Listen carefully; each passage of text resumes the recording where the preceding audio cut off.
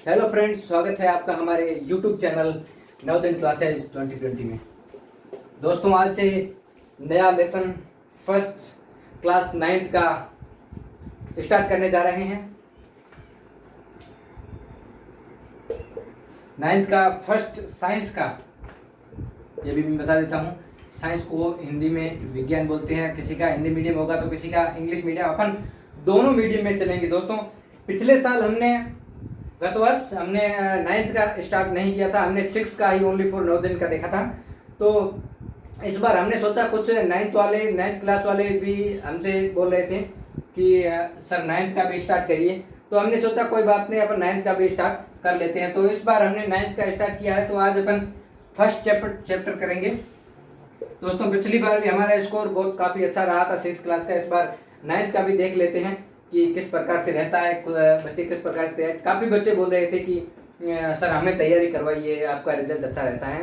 तो उसके लिए आपको थैंक यू, और हम तैयारी बहुत अच्छे से करवाएंगे। 9th क्लास की आप स्टार्ट करने जा रहे हैं। तो आज साइंस का फर्स्ट लेसन देख लेते हैं कौन सा। मैंने आपको सिलेबस तो बता दिया है दोस्तों, अगर नहीं देखा है किसी ने तो हमारे प्लेलिस्ट में जाकर फर्स्ट वीडियो आप सिलेबस वाला देख सकते हो। सिलेबस की प्लेलिस्ट बनी हुई है, चैनल को प्लीज़ सब्सक्राइब कर दे तो आपको पूरा शेड्यूल आपको मिल जाएगा। 6 क्लास का भी आपके अगर छोटे भाई बहन अगर कोई 6 क्लास की तैयारी करना चाहता है तो हमारे चैनल से जुड़ सकते हो। इसी को आप भी साथ में करिए और अपने छोटे भाई बहन को भी साथ में करवाइए। हम उसी की भी क्लास लेकर आएंगे, 6 क्लास की मेंटल एबिलिटी, हिंदी और मैथ की, और इसका भी अपन साथ में करेंगे। तो दोस्तों, सिलेबस आप देख लीजिए। टॉपिक वाइज मैंने बता दिया है, कब क्या करना है वो अपने ऊपर है। आप भी हमको बताते रहिए कमेंट करके कि सर इसमें ये होगा। हमसे कोई गलती हो जाती तो आप भी बताइए, आपको आता हो तो। नहीं तो हम भी कोशिश करेंगे अच्छे से अच्छा तैयार करने की। तो आज अपन फर्स्ट टॉपिक देते हैं, बल एवं दाब। बल और दाब। बल आप दोस्तों हिंदी मीडियम से हो तो जानते होंगे। बल का मतलब धक्का देना, बोले तो फोर्स, प्रेशराइज करना, किसी को फोर्स करना। एंड दाब प्रेशर। ठीक है दोस्तों, इंग्लिश मीडियम का भी अपन साथ में लेकर चलेंगे। हिंदी मीडियम और इंग्लिश बोथ मीडियम में लेकर चलेंगे, क्योंकि ज़्यादातर तो हिंदी मीडियम से भी होते हैं, कुछ इंग्लिश मीडियम भी है। तो अपन बोथ को लेकर चलेंगे जितना आएगा। कुछ शब्द ऐसे भी होंगे जो इंग्लिश में बोलने लायक होंगे, वो इंग्लिश में बोल देंगे, बाकी तो हिंदी में चलेगा ही। तो ठीक है दोस्तों, आज का अपन स्टार्ट करते हैं। एक मिनट दोस्तों, आज बल एवं दाब मैं एक बार यहाँ पर लिख देता हूँ। यहाँ पर अपना साइंस हो गया, साइंस क्लास में यहाँ पर 9th लगा रहा हूँ। फर्स्ट चैप्टर हो गया बल और दाब। ठीक है दोस्तों, राइटिंग आपको समझ में आ रही होगी दोस्तों। थोड़ा जल्दबाजी में अपन करेंगे, अपने को सिलेबस तो कंप्लीट करना है जल्दी से जल्दी। तो अपन सबसे पहले क्या देखेंगे दोस्तों, बल। सबसे पहले अपन बल देखेंगे, फोर्स कि बल होता क्या है। पहले जहां पर भी आप पढ़ो पहले जो टॉपिक होता है उसको समझने की कोशिश करो कि टॉपिक क्या है।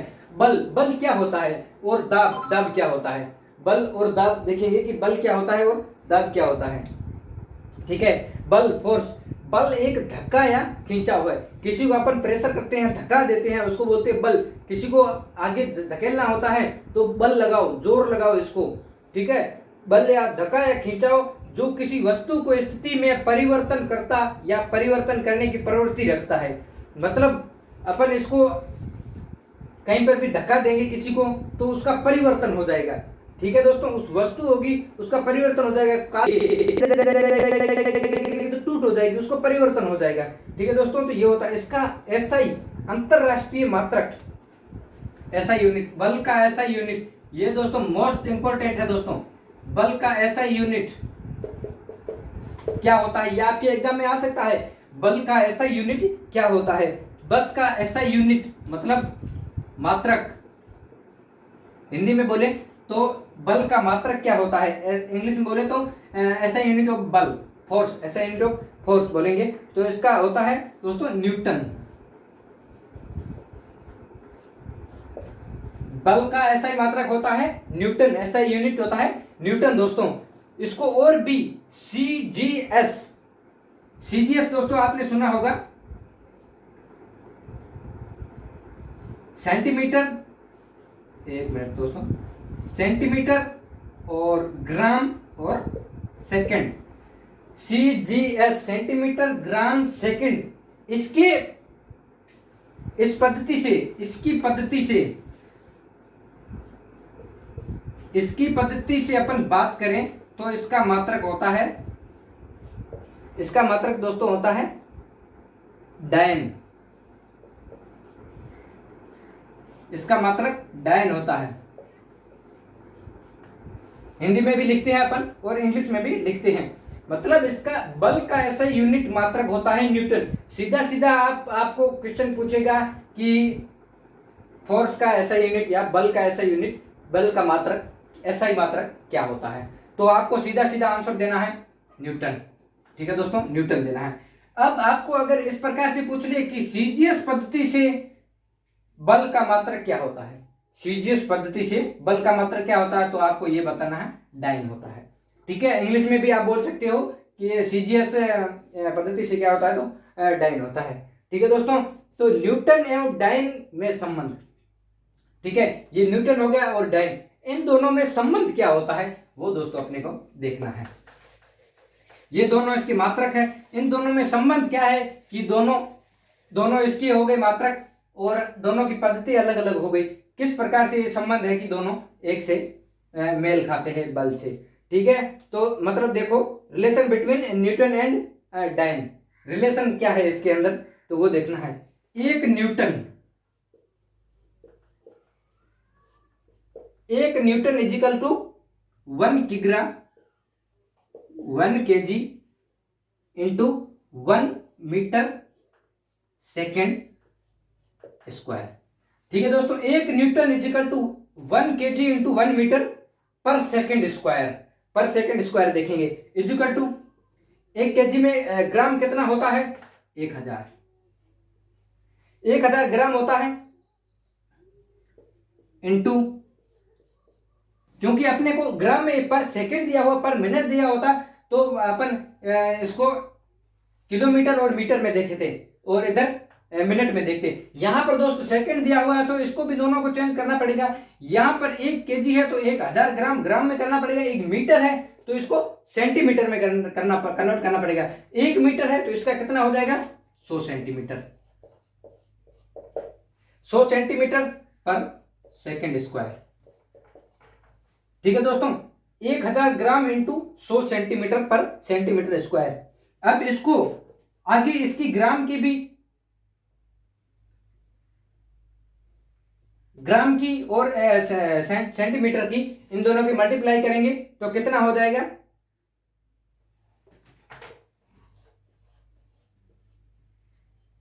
1,00,000। ठीक है दोस्तों, 1,00,000 ग्राम सेंटीमीटर पर सेकेंड स्क्वायर, यही दोस्तों हो जाएगा। अब इसको डाइन में कन्वर्ट करेंगे तो डाइन किस प्रकार से होगा दोस्तों, 10 तो यहां पर होगा, इसकी घात कितनी होगी, 1 2 3 4 और 5, 10 की घात 5 डाइन। इस प्रकार से इसको सोल्व करना पड़ेगा आपको। फिर अतः इसको ये और ये बराबर हो गया, ये और बराबर हो गया, मतलब 1 न्यूटन में डाइन कितने होते हैं, 10 की पावर 5, 10 की पावर 5 होता है 1 न्यूटन के बराबर। ठीक है, इसका ये संबंध होता है। आपको ये आपने समझ लिया होगा दोस्तों, आपको समझ में आ चुका होगा। अब आगे देखते हैं अपन बल के प्रकार। बल कितने प्रकार का होता है, ठीक है दोस्तों, आगे देखते हैं बल के प्रकार। बल कितने प्रकार का होता है। टाइप ऑफ बल, टाइप ऑफ फोर्स। कभी कभी दोस्तों थोड़ी मिस्टेक भी हो जाती है, कोई दिक्कत नहीं, आपको थोड़ा हैंडल करना पड़ेगा, क्योंकि इस बार ही हमने 9th क्लास का स्टार्ट किया है। वो आगे धीरे धीरे अपना कोर्स जैसे आगे बढ़ेगा उस प्रकार से अपने को समझ में करना पड़ेगा। ठीक है, तो बल के प्रकार, विभिन्न प्रकार के बलों को, कई प्रकार के बल होते हैं, उनमें से मोटे तौर पर देखा जाए तो 2 प्रकार के बल होते हैं। मतलब यहां पर आपके सिलेबस में 2 प्रकार के बल दिखाए गए हैं। एक होता है संपर्क बल,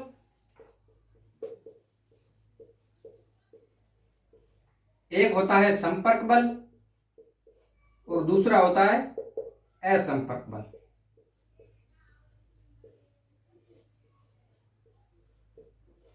दो प्रकार के बल दिखाए गए हैं आपके सिलेबस में, तो अपन 2 प्रकार के ही पढ़ेंगे, ज्यादा आपको पढ़ने की जरूरत नहीं है अभी, क्योंकि आपके सिलेबस में, ये आपका सिलेबस है वो 8th क्लास के ऊपर डिपेंड करके आपका सिलेबस बनाया गया है। मोटे तौर पर संपर्क बल और असंपर्क बल बताए गए हैं आपके। अब अपन पहला देखते हैं संपर्क बल। संपर्क बल क्या होता है, पहला अपन देखेंगे संपर्क बल क्या होता है, इसको समझते हैं, फिर असंपर्क बल पर ध्यान देंगे। पहले ये देखते हैं संपर्क बल क्या होता है। कॉन्टैक्ट फोर्स, कॉन्टैक्ट संपर्क, नॉन कॉन्टैक्ट। ठीक है दोस्तों, तो संपर्क बल, संपर्क में आई 2 वस्तुओं के बीच, संपर्क में आने पर 2 वस्तुएं आपस में एक दूसरे पर समान तथा विपरीत दिशा में लगने वाले बल को संपर्क बल कहते हैं। जैसे 2 वस्तुएं थी, वो समान, एक समान बल उन पर लग गया या विपरीत बल लग गया, तो उनको संपर्क बल कहते हैं। मतलब एक दूसरे के संपर्क में आने वाली वस्तुओं को संपर्क बल कहते हैं। एक दूसरे के संपर्क में आती है, जैसे चुंबक होता है, चुंबक एक दूसरे के संपर्क में आ जाता है, चिपक जाता है, उसको संपर्क बल कहते हैं। ठीक है, इसको 2 भागों में विभक्त किया जाता है, पेशीय बल और घर्षण बल। ठीक है, इसको भी, संपर्क बल को भी 2 भागों में विभाजित किया गया है। इनको भी आप ध्यान रखना है, वहां पर प्रश्न ऐसे भी पूछ सकता है, संपर्क बल कितने प्रकार के होते हैं। एक पूछेगा बल कितने प्रकार के होते हैं, एक पूछेगा संपर्क बल कितने प्रकार के होते हैं। तो संपर्क बल भी 2 प्रकार के होते हैं, वो कौन कौन से होते हैं ये भी आपको पूछेगा। एक होता है पेशीय बल,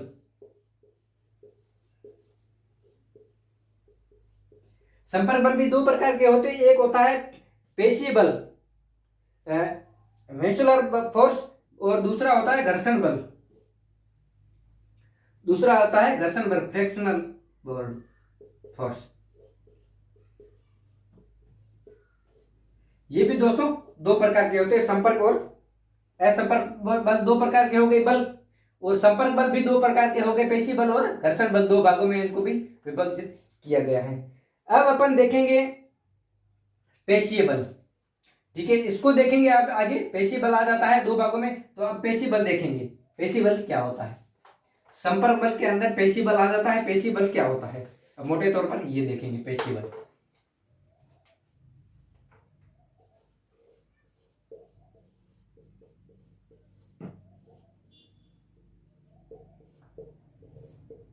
अब देखेंगे पेशीय बल क्या होता है।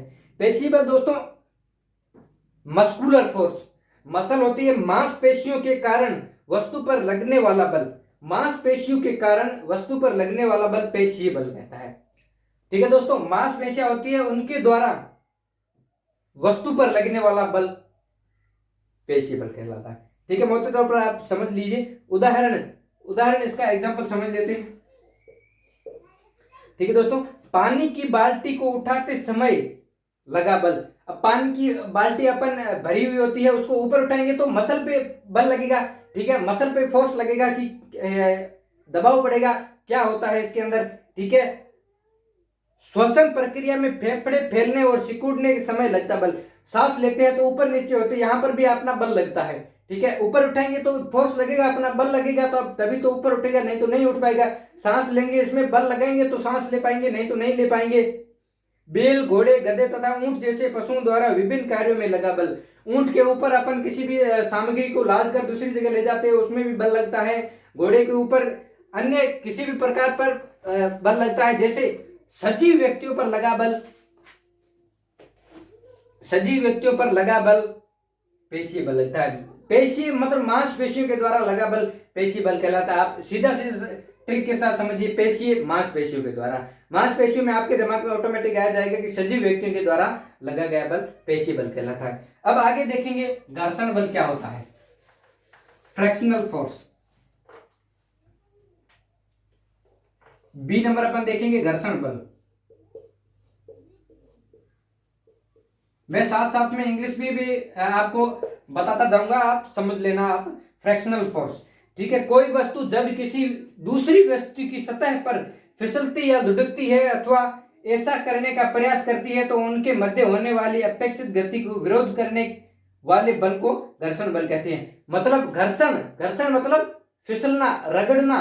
किसी एक मतलब पानी है, पानी यहाँ पर गिरा दिया जाए तो अपन ऊपर चलेंगे तो स्लिप हो जाएंगे, फिसल जाएंगे, उस वहां पर जो लगा बल उसको घर्षण बल कहते हैं, ठीक है। आप जब एक वस्तु को दूसरी वस्तु के तल पर चलाने का प्रयास किया जाता है, मतलब एक वस्तु रखी हुई है उसके ऊपर अपन दूसरी वस्तु चाहे पैर रख दें या कोई और वस्तु रख दें, जिससे उसको फिसलने में जो बल लगता है, घर्षण होता है, उसको रगड़ होती है, उसको अपन घर्षण बल कहते हैं, ठीक है।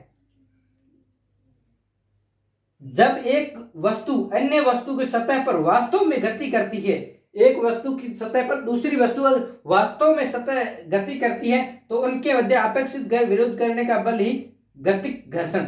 गति करती है मतलब एक वस्तु के ऊपर दूसरा कितनी डिस्टेंस कवर करता है, गति कितना करता है, उसको गतिक बल कहते हैं, गतिक घर्षण बल कहते हैं, ठीक है। आगे देखते हैं, असंपर्क बल पर आते हैं। ये संपर्क बल दो प्रकार के हो गए, ठीक है। एक पेशीय बल और दूसरा घर्षण बल, ये अपन ने देख लिया। अब दूसरा देखते हैं असंपर्क बल।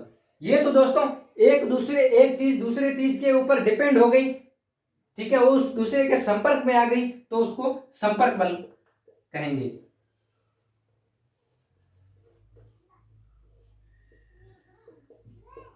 अब देखेंगे अपन असंपर्क बल। वो दोनों वस्तुएं, दो वस्तुएं, सभी में आपने देखा होगा दो दो वस्तुएं, मतलब एक के संपर्क में दूसरा आ गया तो संपर्क बल हो गया। अब देखेंगे असंपर्क बल क्या होता है। असंपर्क बल बिना वस्तुओं के आपस में संपर्क के लगने वाला बल है, मतलब दो वस्तुओं का संपर्क आपस में नहीं हो सकता, उसे असंपर्क बल कहते हैं सीधे मोटे तौर पर। उदाहरण चुंबकीय बल, स्थिर विद्युत बल तथा गुरुत्वाकर्षण बल।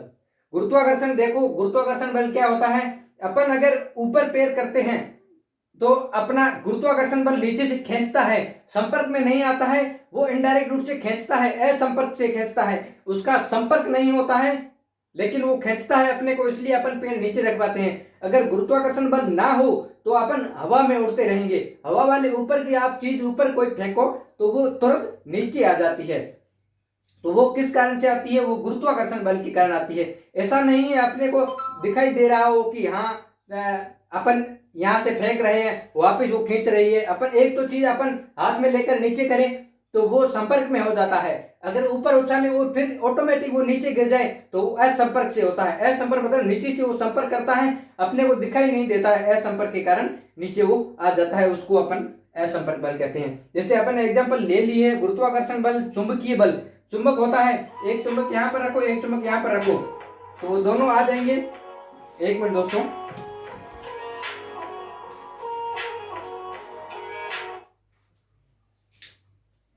सॉरी दोस्तों, यहां पर गुरुत्वाकर्षण बल, चुंबकीय बल, दो चुंबक अपन पास में रखेंगे तो उन दोनों का संपर्क आपस में जुड़ने के लिए होगा, ठीक है दोस्तों। पहले तो उल्टा अगर उसको करेंगे चुंबक को तो देखना आप एक बार, आप चुंबक लेकर प्रैक्टिकल करके देखना, उल्टा करेंगे, एक उल्टा होगा एक सीधा होगा तो दोनों दूर दूर भागेंगे, पास में वो चिपकने में संपर्क नहीं कर पाएंगे, दूर दूर भागेंगे। अगर सीधा करेंगे तो संपर्क में आ जाएंगे, वो चुंबकीय बल होता है, ठीक है दोस्तों।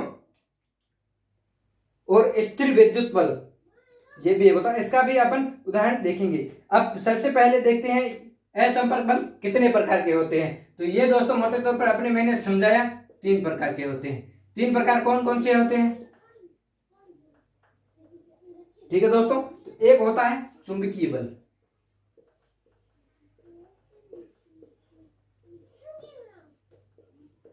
चुंबकीय बल, और दूसरा होता है स्थिर विद्युत बल,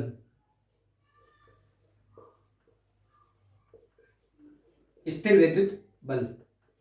और तीसरा होता है गुरुत्वाकर्षण बल।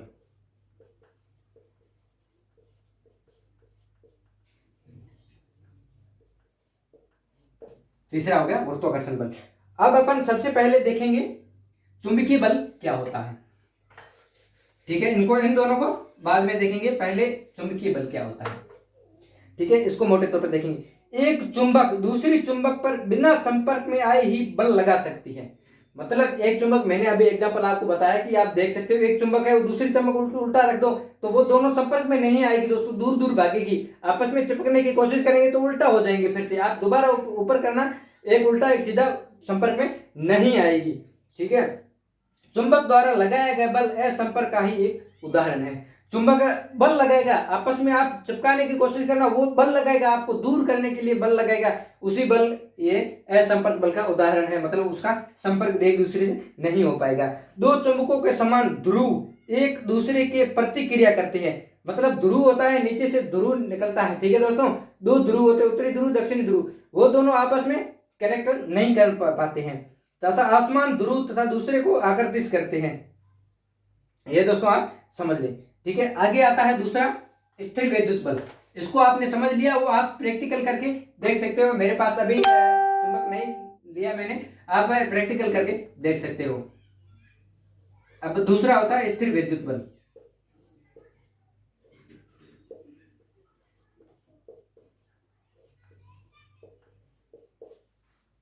स्थिर विद्युत बल, स्थिर विद्युत बल इलेक्ट्रोस्टैटिक फोर्स। ये क्या होता है ये अपन देखते हैं। एक आवेशित वस्तु द्वारा किसी दूसरी आवेशित अथवा अनावेशित वस्तु पर लगाया गया बल। कोई आवेशित वस्तु या अनावेशित वस्तु पर लगाया गया जो बल होता है उसे स्थिर विद्युत बल कहा जाता है। ठीक है दोस्तों, वस्तुओं के संपर्क में न होने पर भी यह बल कार्य करता है। वस्तुएं आपस में संपर्क में ना होना तो भी ये कार्य करता है। जैसे मोबाइल फोन, मोबाइल फोन एक बार आप देख लेना, मोबाइल फोन में कोई भी अपन तार नहीं डालते हैं कि उससे रेडियो कनेक्ट हो जाए। रेडियो कनेक्ट इनडायरेक्ट रूप से कनेक्ट होता है आपका, उसका वो आता है रेडियोकर्षण बल होता है, वो आ जाता है, उसके कारण आपका फोन एक दूसरे से कनेक्ट हो पाता है। ठीक है दोस्तों, तो वो भी संपर्क का ही उदाहरण है। ठीक है दोस्तों, स्थिर विद्युत बल आवेशों के बीच माध्यम की प्रकृति का निर्भर करता है। ठीक है दोस्तों, आवेशों के बीच माध्यम की प्रवृत्ति पर निर्भर करता है। आगे अपन देखेंगे, ये आपको समझ में आ गया है किस प्रकार से कार्य करता है दोनों। और आगे अंतिम वाला देखते हैं अपन, गुरुत्वाकर्षण बल। तीसरा गुरुत्वाकर्षण बल भी मैंने आपको समझा दिया है, मोटे तौर पर मैंने समझा दिया। अपन थोड़ा सा देख लेते हैं क्या होता है गुरुत्वाकर्षण फोर्स, ग्रेविटेशनल फोर्स, ये अपन देख लेते हैं। पृथ्वी पर प्रत्येक पिंड एक दूसरे को आपसी ओर आकर्षित करते हैं। मैंने आपको बताया कि आप बॉल ऊपर फेंको तो वो तुरंत नीचे आएगी, क्योंकि नीचे की ओर वो गुरुत्वाकर्षण आकर्षित करता है, बल अपनी ओर खींचता है। अगर गुरुत्वाकर्षण बल नहीं होता तो अपन हवा में उड़ रहे होते, बॉल ऊपर फेंकते तो ऊपर ही रहता, नीचे आता ही नहीं, ऊपर से ऊपर चला जाता और ऊपर बीच में ही कहीं कहीं रुका हुआ होता। ठीक है, गुरुत्वाकर्षण बल के कारण अपन वो फोर्स कर रहा, अपन को दिखाई नहीं दे रहा है, इनडायरेक्ट रूप से असंपर्क के कारण वो खींच रहा है। ठीक है दोस्तों, पिंडों के बीच लगने वाले इस बल को गुरुत्वाकर्षण करते हैं। मतलब पिंड है, एक ऊपर है और एक धरती के अंदर है, वो आपस में खींचते हैं एक के ऊपर, गुरुत्वाकर्षण बल नीचे की ओर खींचता है, उसी को अपन गुरुत्वाकर्षण बल बोलते हैं। यदि किसी पिंड को पृथ्वी की सतह पर से ऊपर से मुक्त रूप से छोड़ा जाए तो वह गुरुत्वाकर्षण बल के कारण पृथ्वी की सतह पर आकर गिर जाता है। दोस्तों मैंने आपको बताया, अगर आप हेलीकॉप्टर में जा रहे हो या अपने आप हेलीकॉप्टर छोड़ दो, आप छत पे देखो, छत से अगर आप पत्थर ऊपर फेंकते हो तो गुरुत्वाकर्षण बल के कारण वो धरती पर आकर गिरता है, ऊपर क्यों नहीं जाता है। ये भी आप दिमाग लगाने वाली बात है। आप सोच सकते हो कि आप पत्थर फेंकते हो तो ऊपर क्यों नहीं जाता है, नीचे ही क्यों आता है। इसी के ऊपर ये बनाया गया है कि नीचे क्यों आता है, उसी को वैज्ञानिकों द्वारा खोज करके नीचे से दिखाया गया है कि ये गुरुत्वाकर्षण बल के कारण नीचे आता है। गुरुत्वाकर्षण बल के कारण ही पृथ्वी सूर्य के चारों ओर अपने अक्ष पर घूमती है। गुरुत्वाकर्षण बल होता है, उसी के कारण घूमती रहती है, एक के ऊपर आकर्षित होती रहती है, वो एक के ऊपर आगे की ओर बढ़ती रहती है, तो घूमने का चक्कर लगाती है।